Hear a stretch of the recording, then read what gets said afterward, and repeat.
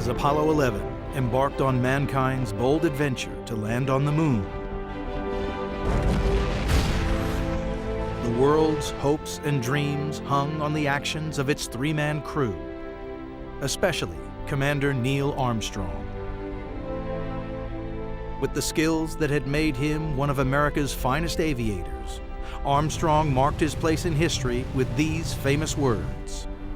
It's one small step for man, one giant leap for mankind. But what was it that had brought him to this historic moment? Armstrong had climbed to the pinnacle of his profession.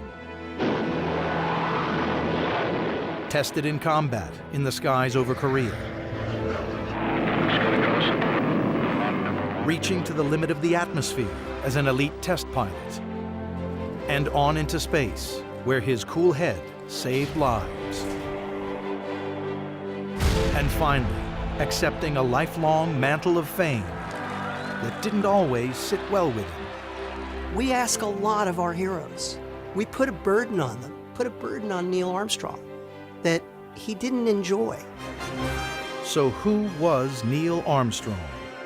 His story now told by those who lived, loved, and worked with the first man on the moon. Up next on Nova.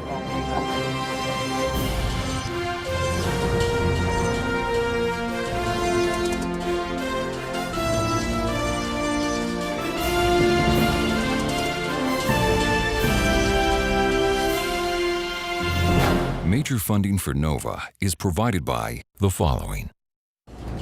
The David H. Koch Fund for Science, supporting NOVA and promoting public understanding of science. And the Corporation for Public Broadcasting, and by PBS viewers like you. Thank you. I believe that this nation should commit itself to achieving the goal, before this decade is out, of landing a man on the moon and returning him safely to the earth. When President John F. Kennedy articulated this bold vision in 1961, he pinned American technological supremacy and national pride on winning a race to the moon. The stakes were huge.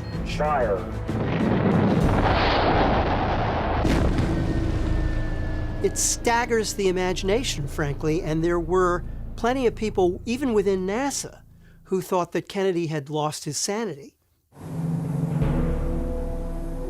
Incredibly, just 8 years later, 3 men were poised to achieve the president's goal. In command was Neil Armstrong. We, the crew of Apollo 11, are privileged to represent the United States in our first attempt to take man to another heavenly body. At 38 years old, Armstrong was at the pinnacle of an impressive flying career. An innate steadiness, along with exceptional aviation skills, had seen him through the Korean War, allowed him to master the most unforgiving aircraft as a test pilot, and brought a crippled spacecraft safely back to Earth. Now, his ability as a pilot would be put to the ultimate test, attempting a landing on the moon. As the world held its breath, and with only seconds of fuel remaining, Neil Armstrong guided his fragile craft towards the surface of an alien world. He was about to complete a journey that for him had begun more than 30 years before, when he had first taken flight as a young boy.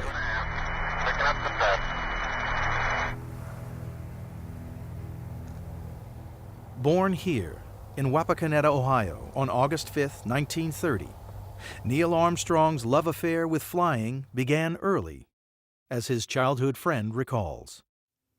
When he was like 5 years old, his father took him on an airplane ride on a tri-motor. Dad got sick, but Neil just absolutely loved it. The mid-1930s was a golden age of flight in America. And like many other young children, Neil's first taste of being airborne left a lasting impression. This was the start and the feeling of being airborne and actually flying like a bird. It kindled his inspiration to fly. He absolutely loved everything about flight. He would have 3 or 4 model airplane projects going on all the time, mostly gliders. Then he got into the rubber band type, and he just kept building bigger and bigger ones and better ones. We both made models early, and of course our desire then, as it was later in our careers, was to make these things go higher and faster. And my solution to higher and faster was you took a couple of extra turns on the rubber band. Neil's solution, he built a wind tunnel. When we were ready for the test, he said, "Go get Mom." I said, "Neil wants you to see something." And he turned it on. And all of a sudden the house shook. And I mean, the house really shook.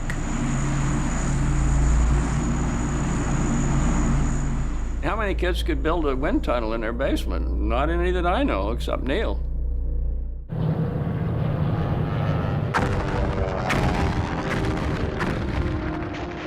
Neil's infatuation with flying was fueled as America entered the Second World War in December 1941. He devoured the daring exploits of Allied pilots portrayed in popular wartime magazines. They inspired him, and at just 15 years old, he learned to fly. He had his pilot's license before he had his driver's license. During the war, developments in aviation were moving fast. After 1945, propeller planes were starting to be replaced by aircraft powered by jet and rocket engines.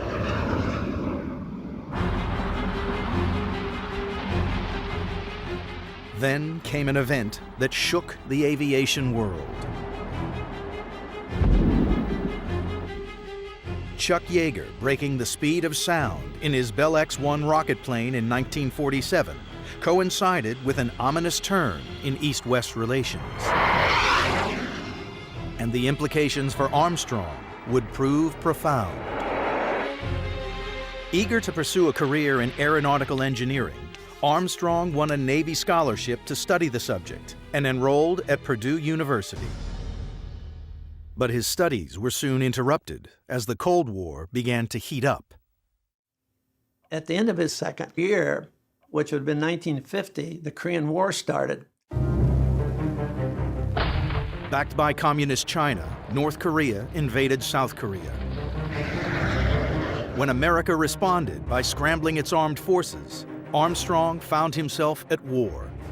He was 20 years old. He joined Naval Fighter Squadron VF-51 on the aircraft carrier USS Essex. There was a lot to learn, and fast, as he recalls in this audio interview.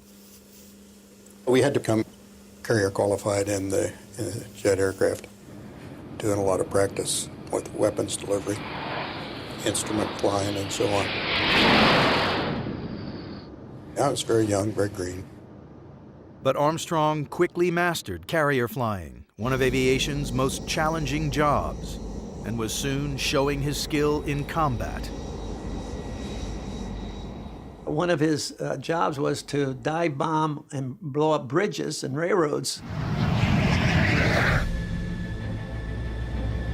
And he said that the North Koreans strung up wires. For low-flying pilots, anti-aircraft cables were an ever-present danger. They were hard to spot, even for the sharp-eyed Armstrong. I actually ran through a cable, an anti-aircraft cable. knocked off about 6 or 8 feet of my right wing. Battling to keep control, Armstrong needed to think fast and react quickly. As long as he could keep a certain speed, he could stay up, but as soon as it slowed down, the plane would drop. And so he knew that he could not land on the aircraft carrier. He'd have to bail out. This close shave revealed Armstrong's uncanny ability to always remain calm under pressure. He never showed any fear or anything involving his close calls. He really loved what he was doing. It was a very meaningful time for him.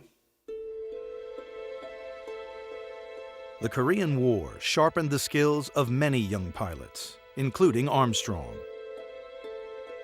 He'd flown 78 missions by the age of 22. He returned to Purdue in 1952, where he received his degree and found a wife. Well, I met him at Purdue.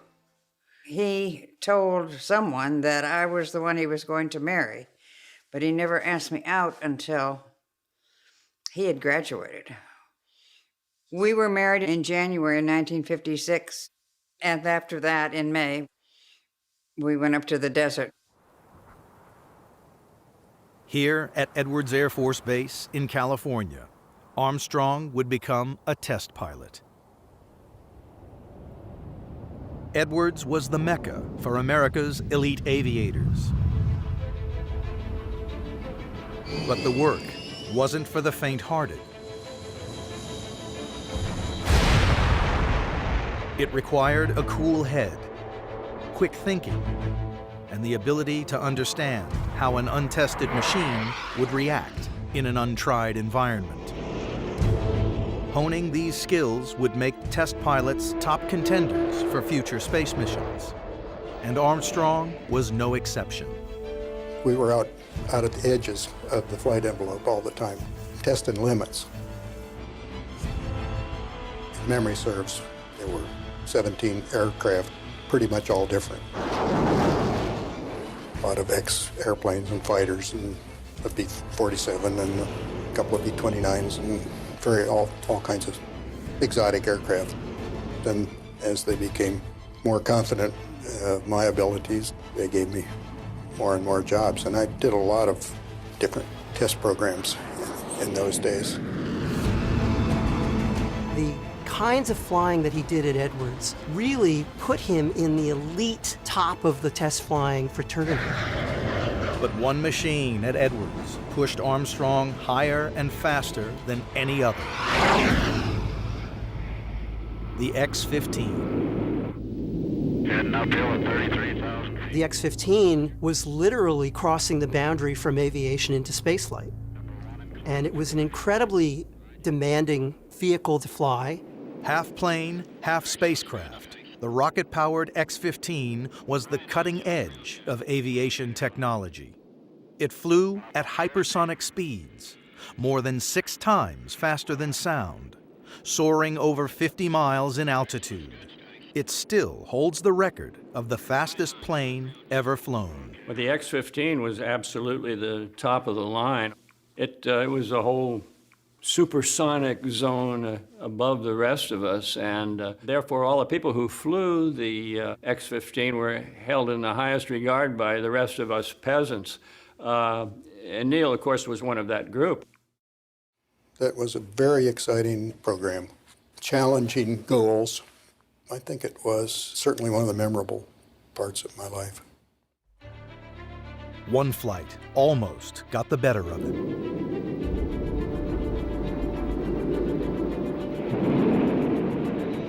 I got the nose up above the horizon,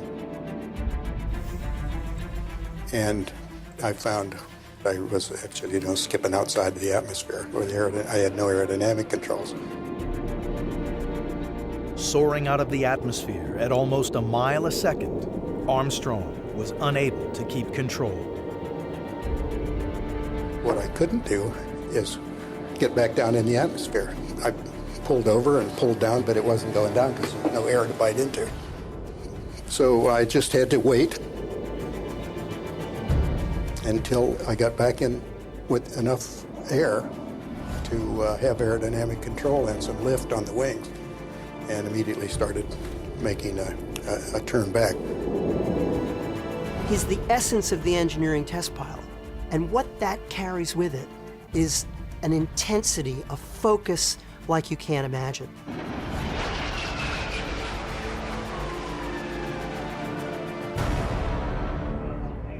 The X-15 further challenged and sharpened Armstrong's flying ability. But his young family also faced challenges at Edwards. It was totally different, foreign to anything I'd ever known in my life.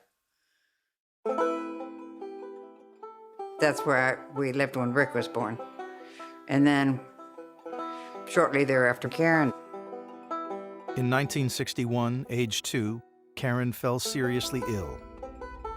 Karen was a precious thing, and she developed a tumor in her brain, and we could not save her.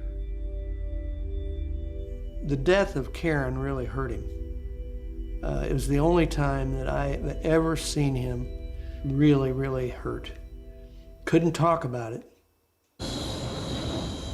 Despite his loss, to all outward appearances, Armstrong remained focused on his duties as a test pilot. But beyond the skies at Edwards, the space race was on.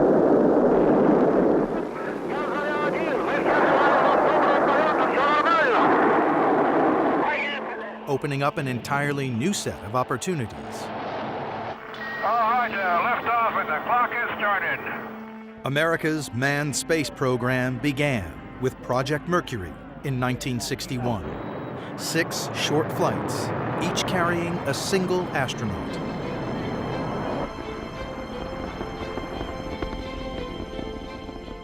But to meet President Kennedy's challenge of landing a man on the moon by the end of the decade, NASA would require more astronauts.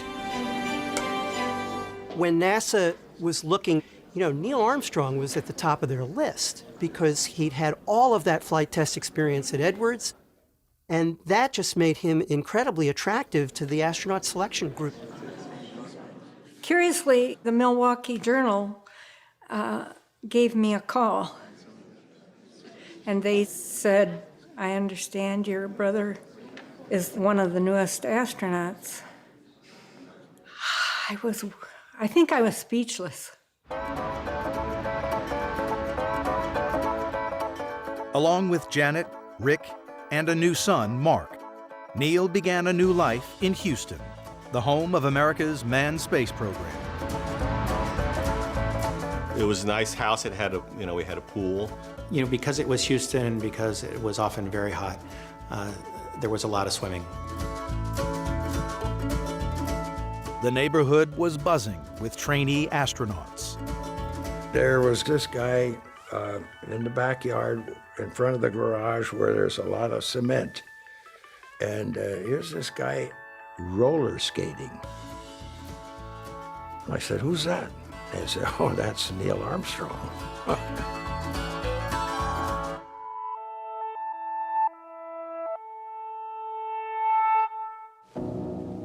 By 1964, NASA's blueprint to reach the moon was taking shape, as this animated film of the time shows.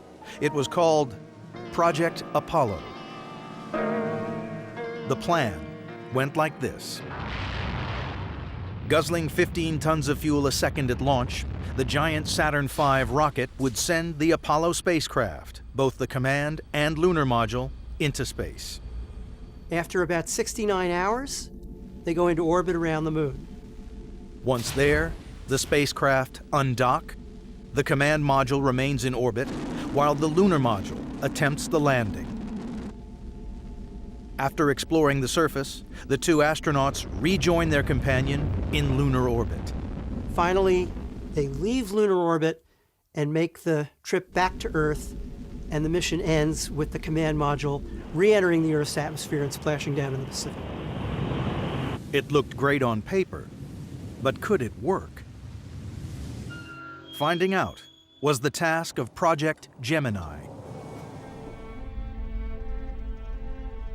The demands of a lunar mission were so great. You had to learn how to rendezvous in space. You had to keep people happy and healthy for up to 2 weeks in space.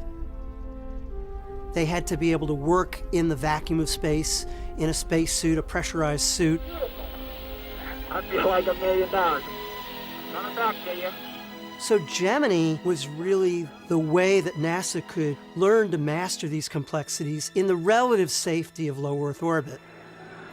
Armstrong's first spaceflight was Gemini 8 in 1966, a daring mission to attempt the first docking in space with an unmanned spacecraft called Agena. His co-pilot was Dave Scott. Well, yes, I mean, the whole program depended on docking. Docking had to be proven, or we couldn't go to the moon. So it was a critical mission, yeah. Squeezed into their tight-fitting Gemini capsule, the pair prepared for launch. Neither of them knew what lay in store. 3, 2, 1, 0. We have ignition. And we have a liftoff at 3 seconds. 3 seconds. Neil Armstrong reports the clock has started. Roll program is in, Armstrong says. Well, in our homes during flight, we had air-to-ground communications. We called them the squawk box because it squawked all the time. When they talked air-to-ground, you could update yourself. They started out just great. Okay, we've got a visual on the Agena at 76 miles. Roger, understand. Visual, Agena 76 miles. Their docking target, the Agena rocket, had been launched earlier that day. Man, that's great. Man, it is really slick. As Armstrong and Scott passed into the night side of the Earth, they prepared for docking. Okay, Gemini 8, you're looking good on the ground. Go ahead and dock. Neil eased it forward, and we moved right in. With flight, we are docked. But within half an hour, Scott realized there was something wrong. You're supposed to fly straight and level like an airplane, but all of a sudden I noticed that we were tilted. They didn't know it, but a small maneuvering thruster on their Gemini spacecraft had become stuck and was firing. We first suspected that the Agena was the culprit. We were on the dark side of the Earth, so we really didn't have any outside reference. Out of contact with the ground, the astronauts struggled to regain control. So I said, Neil, we better get off. He said, yeah, we better get off. Let's prepare to undock. And then he says, ready, and I put my hand on the switch. Neil says, undock.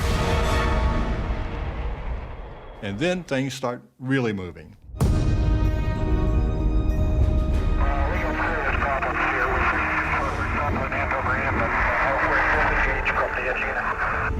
Then we go into a very rapid roll, which was almost a tumble. And at that point, we realized that it wasn't the Agena, it must be the Gemini. They were spinning at maybe a revolution per second. At home, a photographer from Life magazine captured Janet as she listened to the unfolding drama. And there was a very strong concern that they would black out. And that would be it. It would be over.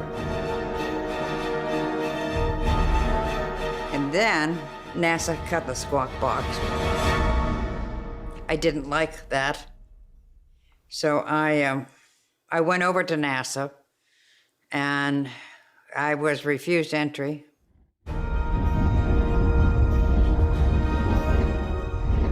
Back in orbit, Armstrong kept his cool, figuring out his only remaining option: disengage all the maneuvering thrusters, including the one that was stuck, and use the re-entry thrusters to counteract the tumbling and regain control of the spacecraft. He had to reach up above his head and throw switches under this high-speed roll. That's amazing that he was able to do that, and he knew exactly where the switches were, exactly which ones to throw. Okay, we're regaining control of the spacecraft slowly. Roger, copy. I mean, the guy was brilliant. He knew the system so well that he found a solution. He activated the solution under extreme circumstances. And I gotta say, it was my lucky day to be flying with Mr. Neil Armstrong.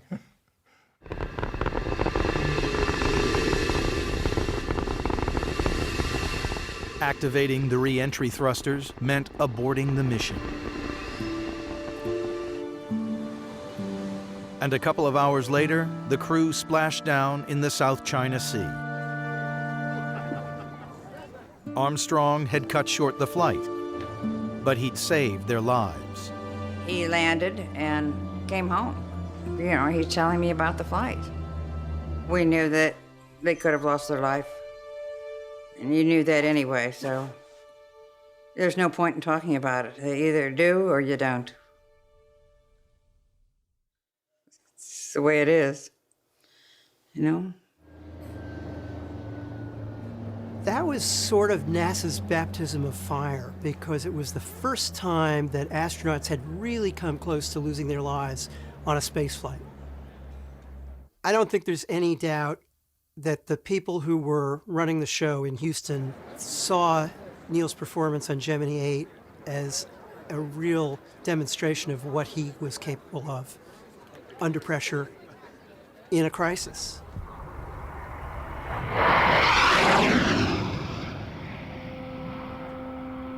The full risks of the space program hit home less than a year later, in January 1967, when the Apollo 1 spacecraft caught fire on the pad, killing its three-man crew, Gus Grissom, Ed White, and Roger Chaffee.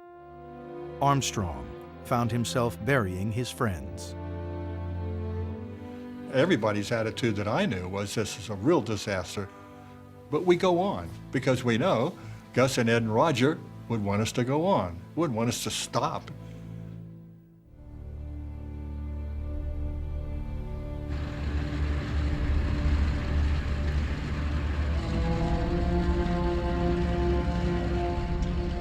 Overhauling Apollo took almost 2 years.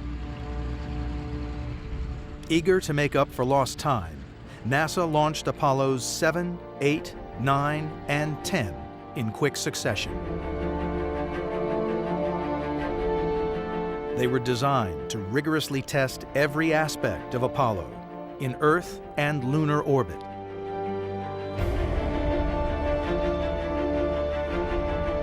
Armstrong's next trip into space hinged on the success of these missions. NASA's flight roster called for him to be backup commander of Apollo 8 in December 1968, and it placed him in line to command Apollo 11. As it turned out, this would be the first mission to attempt a landing on the moon. Nobody thought that all those preliminary flights would go as perfectly as they did. And nobody would have predicted that you would arrive at July 1969 and Apollo 11 would actually be the first attempt to land on the moon. Joining Armstrong was Command Module pilot Mike Collins. Lunar Module pilot Buzz Aldrin would attempt the landing with Neil. If all went well, Commander Armstrong would be first out on the moon. But in characteristic fashion, he played it down. Neil's attitude is, I'm not going to be number one on the moon. What I saw in his attitude was, I'm training to be the first one to attempt the landing on the moon. Landing on the moon would be unlike anything anyone had experienced. To get a feel of flying in lunar gravity, Armstrong practiced in this, the Lunar Landing Research Vehicle, affectionately called the Flying Bedstead. It was not the most stable flying machine that you could ever step into. If you tilted too far over, or if something happened to the rocket engines, you'd fall out of the sky and you'd be dead. It was difficult to fly, but on the other hand, I think we all felt that absolutely mandatory to be able to fly that type vehicle before you go to the moon. On one of Armstrong's flights, a failure of the fuel system meant he lost control. He was lucky to escape with his life.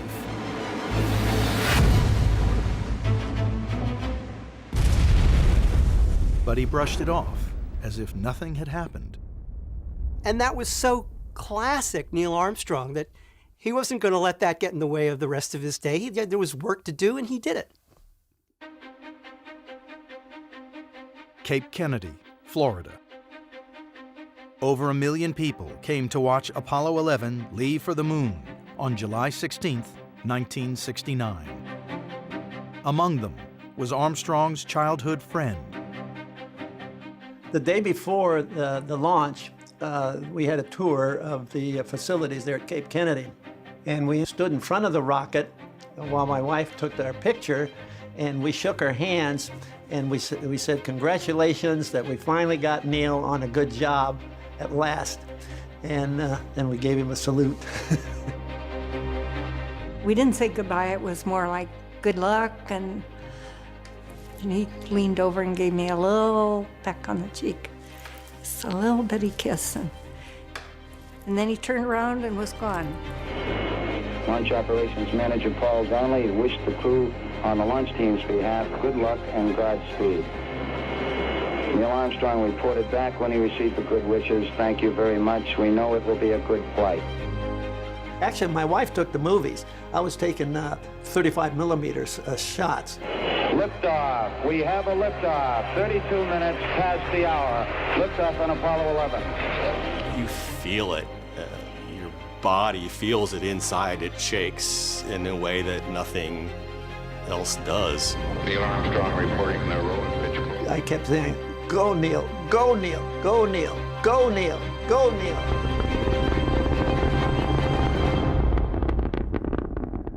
4 days later, Armstrong, Collins, and Aldrin would arrive at the moon. Then, they'd attempt one of the most daring exploits in human history. We're certainly aware that the nation's hopes largely rested on us doing the very best job we could.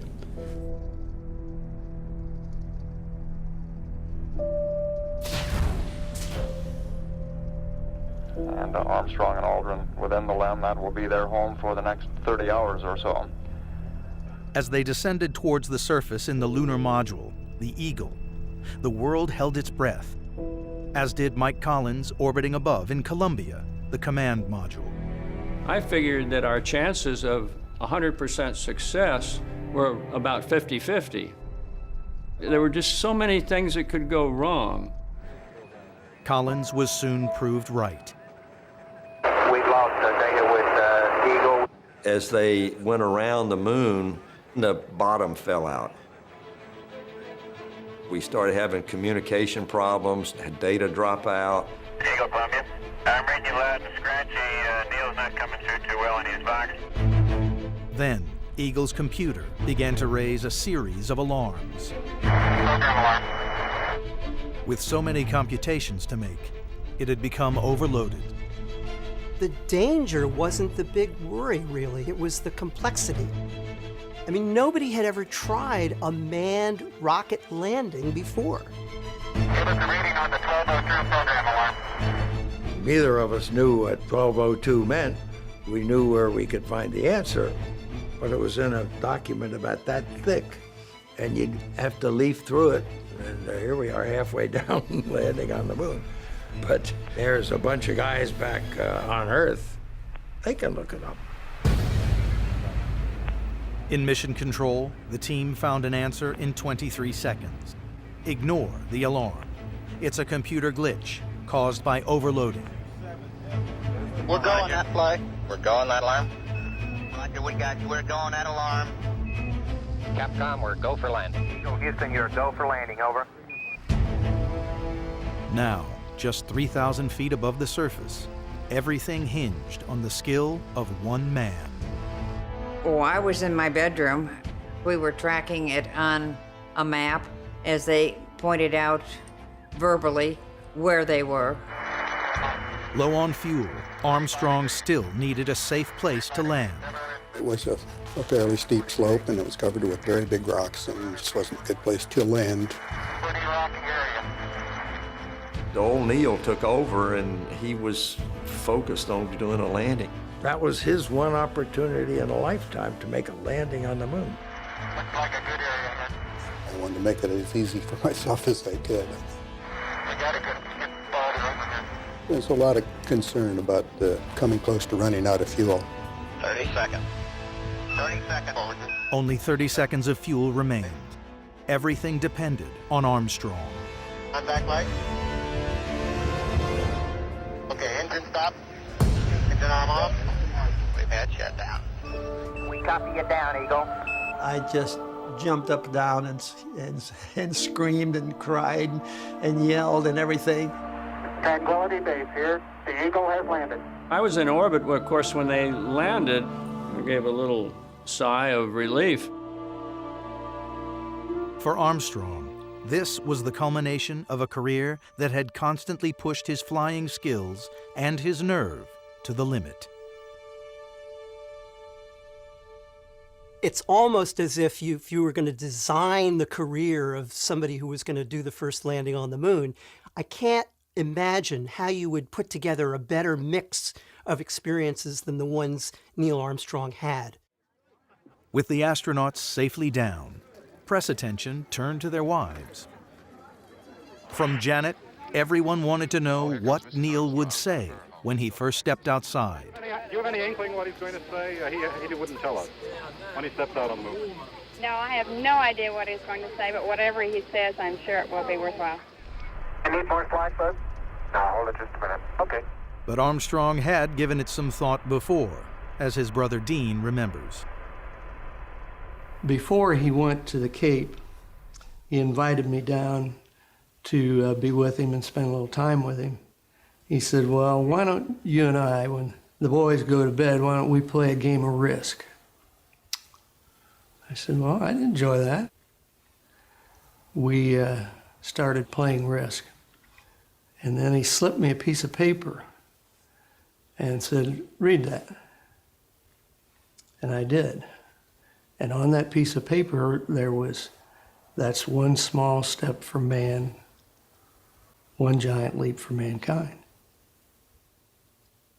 He says, what do you think about that? I said, fabulous. People have had so many different versions of when and how Neil thought up those words. That's one small step for a man. Okay. What he said when he came back from the flight was that he had given some thought to it before the mission, but he didn't decide what to say until he and Buzz were on the surface of the moon in the lunar module before they got suited up to go outside. I'm going to pull it now.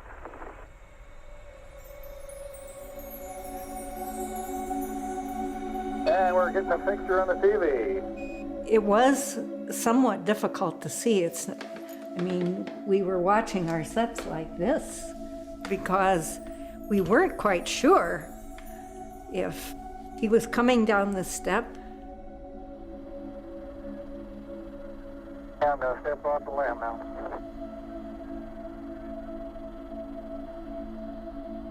That's one small step for man, one giant leap for mankind. Perfect. It was pure Neil. I was pretty close to him when he said that. There you go.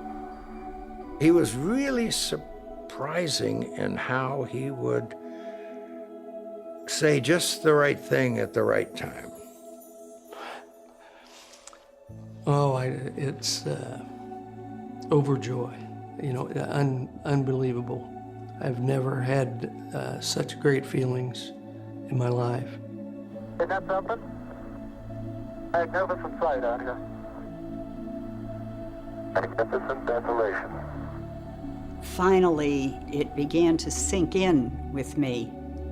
That really is another planet. Here, the EVA is progressing beautifully. I believe they're setting up the flag now. After years of preparation, the first two human beings on the moon simply marveled at what they were seeing. Oh, that looks beautiful from here, Neil. It has a stark beauty all its own. It's like much of the high desert of the United States. It's different, but it's very pretty out here. 2.5 hours later, the pair had climbed back inside the Eagle. We'd like to say from all of us in all the countries and in the entire world, we think that you've done a magnificent job up there today. Thank you. Couldn't enjoy it as much as we did. He got me there. He got me back safe. And I made a couple of mistakes. Fortunately, they were not that crucial.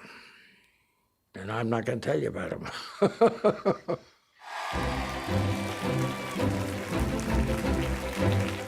A brief period in quarantine would be the crew's only respite before madness erupted. Armstrong, an aeronautical engineer and test pilot from small-town America, was suddenly a celebrity. We did New York, Chicago, and LA all in one day. There was thousands and thousands of people. And people from windows above and apartments and so on. It was fabulous. It was like nothing I'd ever seen before in my life or ever had done before in my life.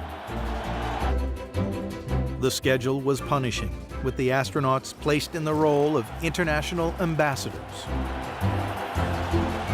With their wives, they visited 23 countries in just 45 days. Their mission now was to shake hands with the world, and everyone was eager to meet the first man on the moon. We went to each country, and it would be, of course, a huge welcome at the airport, which called for a speech, a huge luncheon or something, which called for a speech, and then there would be the major state dinner, which called for a speech. And I always felt that Neil had the responsibility, the burden, if you will, of always saying the perfect thing.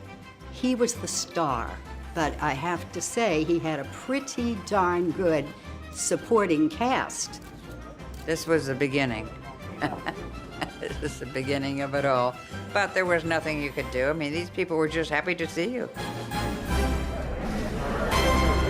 One of the other Apollo astronauts told me that when it comes to fame, it's like they're all a college football team, and Neil is the only guy in the NFL. I mean, he was on another plane.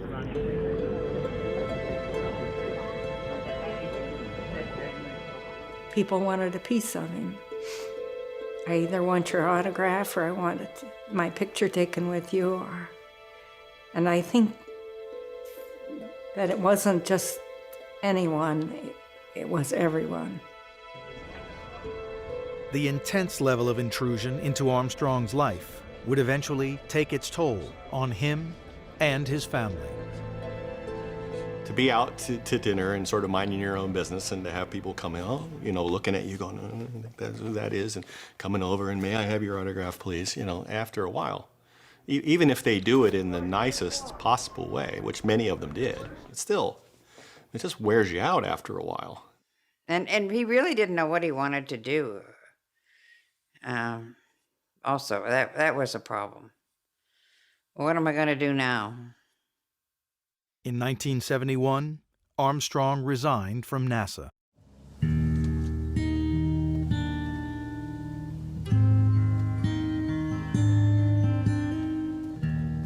He chose instead to pursue his first love, aircraft design, and accepted a professorship at the University of Cincinnati, back in his home state.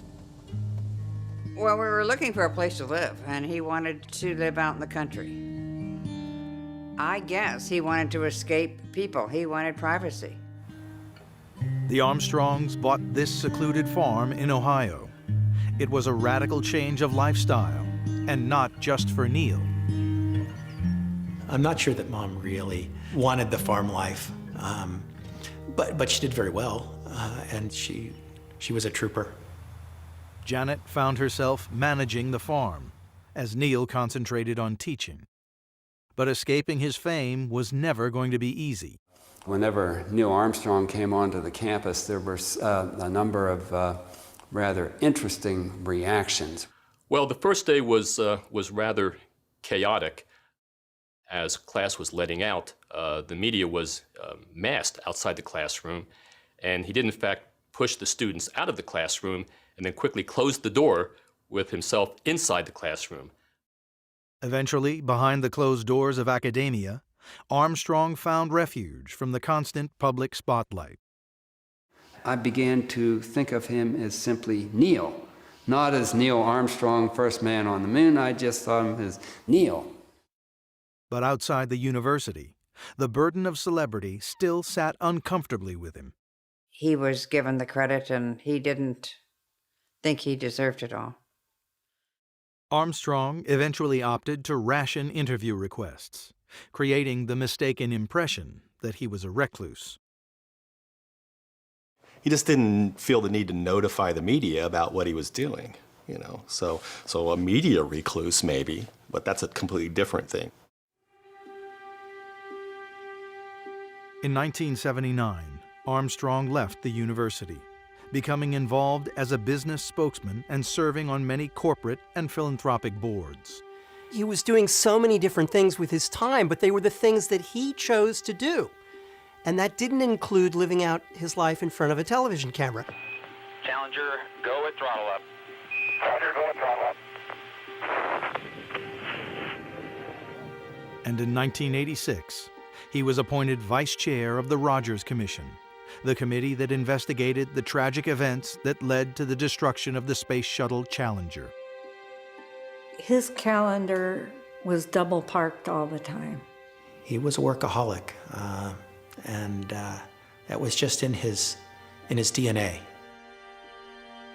So it was, I think, Dad's strong work ethic and Mom's isolation on the farm that eventually came between them.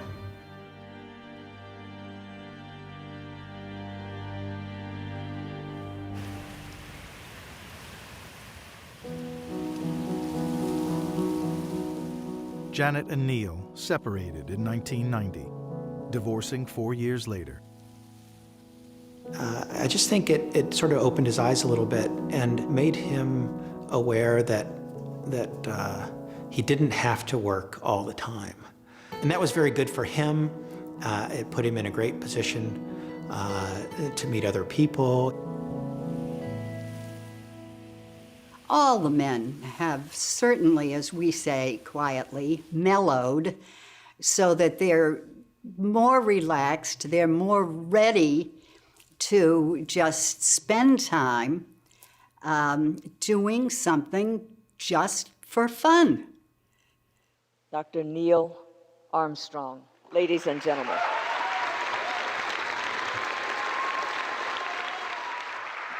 Thank you so much. The method we use to descend from orbit to the surface of an alien world worked. But it would have been far more efficient and far less traumatic if we could just be beamed down.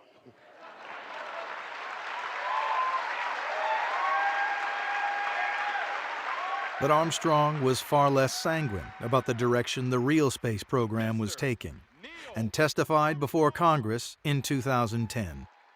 If the leadership we have acquired through our investment is simply allowed to fade away, other nations will surely step in where we have faltered. I saw in him and in the other Apollo astronauts a frustration that here we are in the second decade of the 21st century, and we're still confined to those first couple of 100 miles above the Earth. And I think it was a source of frustration to him. Armstrong turned 80 in 2010, and to mark the occasion, his second wife, Carol Knight, planned a celebration. I thought we could have a surprise party. It would be a lot of fun. And I had about 250 people on a list. I think he was surprised. He put on a good act if he wasn't. After almost everybody left, I went up to him and congratulated him on his birthday and everything, and he hugged me and he says, you know, I love you. And I said, I do too, Neil. We go back a long ways. He said, yeah, we do. That was the last time.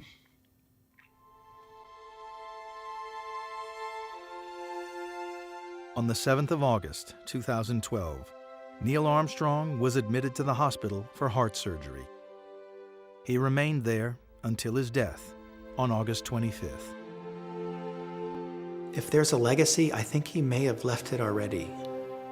He very much wanted the exploration of space to be an accomplishment that was important for this planet and everyone on it. His inspiration to the generations that will follow is incalculable, I believe. It's overwhelming to think about how much has come from that inspiration.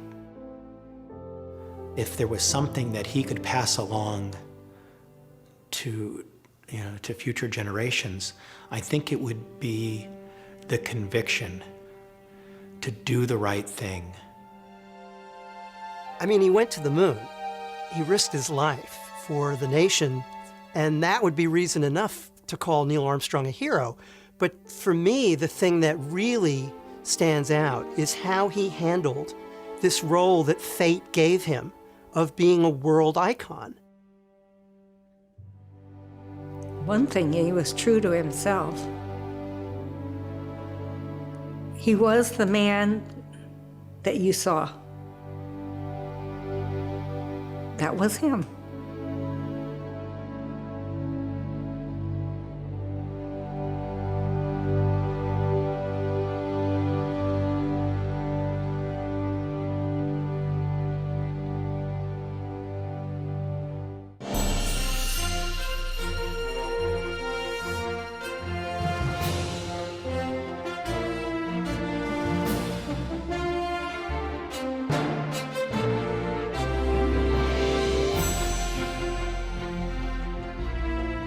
This NOVA program is available on DVD. To order, visit shoppbs.org or call 1-800-PLAY-PBS. NOVA is also available for download on iTunes.